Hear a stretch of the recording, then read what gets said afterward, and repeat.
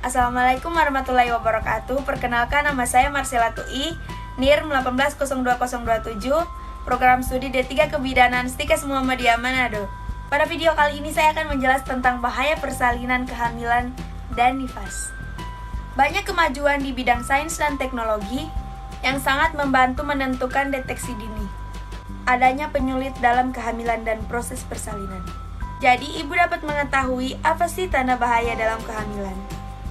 Tanda bahaya yang pertama, ibu hamil mengalami pendarahan atau mengeluarkan bercak darah terus-menerus dari jalan lahir. Kedua, bengkak di tangan, kaki, dan wajah. Ketiga, demam tinggi.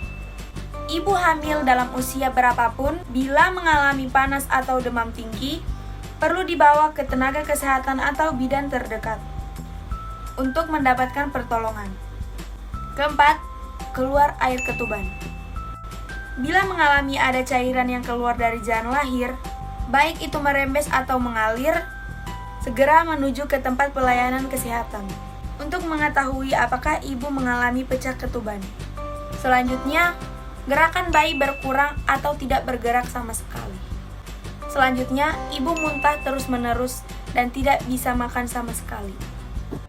Keadaan ini sangat membahayakan pada kondisi ibu dan janin dalam kandungan. Waspada bila terjadi pembengkakan pada bagian tubuh tersebut. Yang terakhir, ibu mengalami cedera dan trauma pada bagian perut. Pendarahan seperti ini dapat berakibat ibu mengalami pendarahan, keguguran, dan gangguan pertumbuhan dalam rahim. Selanjutnya, bahaya persalinan.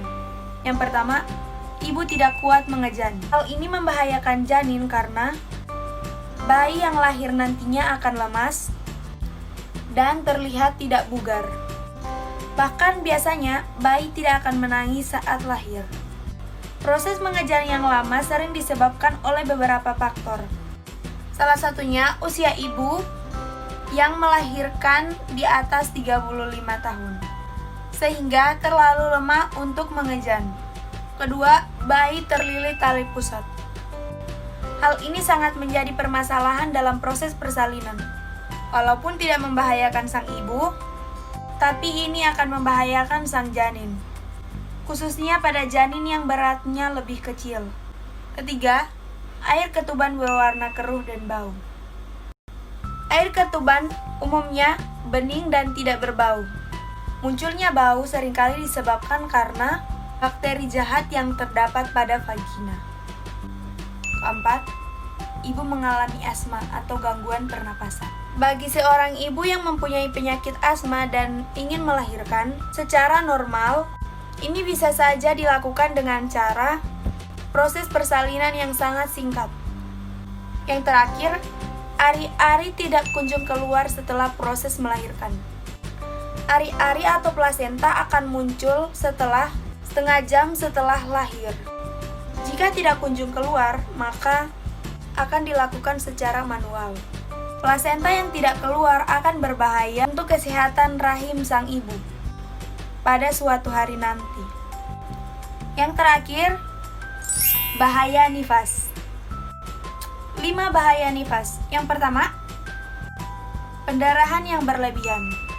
Ibu patut memeriksakan diri ke dokter jika pendarahan yang terjadi terasa berlebih, seperti pendarahan tidak kunjung berkurang, volume darah sempat berkurang namun kembali banyak, lemas dan pucat.